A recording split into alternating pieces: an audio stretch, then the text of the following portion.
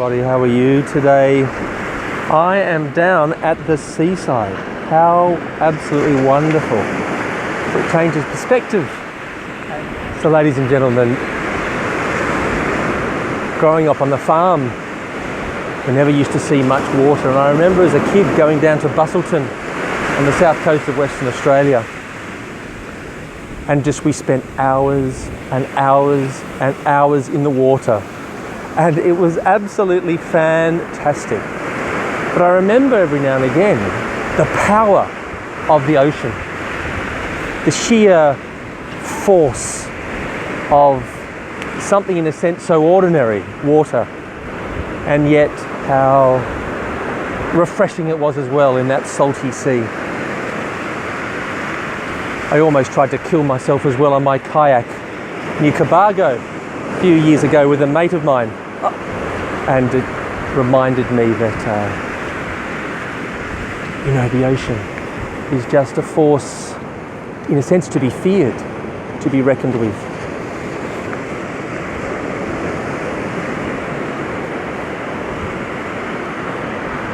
Jesus' gospel this weekend, in a sense, is quite simple. Like most of the good gospel messages.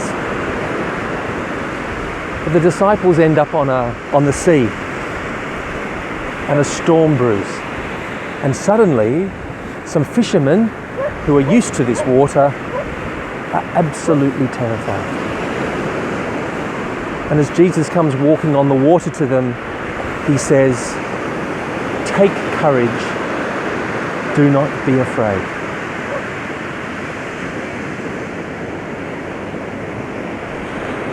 These few words, I think, are very, very profound. That no matter whether we're on the water or not, fear can be real.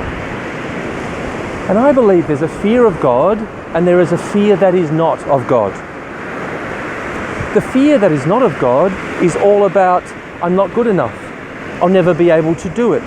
Blah, blah, blah. This fear we need to banish from our lives.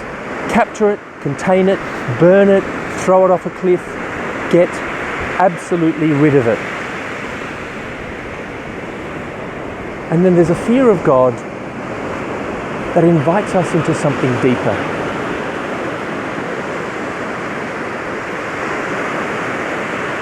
A fear of God that makes us grow, that takes us beyond our comfort zone, that enables us to, or motivates us to do something that is new, to approach a difficult relationship and reconnect with that person. There's a fear of God that takes us to a place that we never thought was possible. And you know what? At the end of the day, there's no blueprint here. There's no, one page in the Bible where we take the recipe and go for it. It's all about making a choice to take a step of faith, even in the face of fear. Immediately after this gospel reading, before the end, first of all, Jesus calms the storm. That, in a sense, that body of water that is powerful beyond measure is brought to peace by the Son of God on earth. Therefore, you and I can also bring the storms of our life, whether we're in a boat or not. We bring them before God. We allow God to actually bring peace to those storms, to our doubts, to our fears, to our difficulties. And at the very end of this gospel passage, there is healing. After something miraculous, Jesus goes back to the earth, to the dust that you and I were hewn from, in a sense. And he brings healing to people's lives where there's brokenness, where there's dis-ease, he also has the power through his word, through his presence, and by the people just touching the cloak of his garment, to find healing deep within their bodies and within their hearts.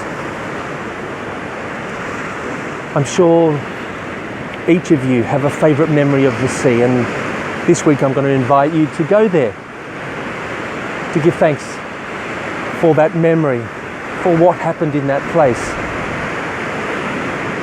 And maybe with courage or with fear, you invite God into a certain circumstance or a situation within your life in need of healing, whether it's in mind, in body, or in heart. Take courage. Do not be afraid.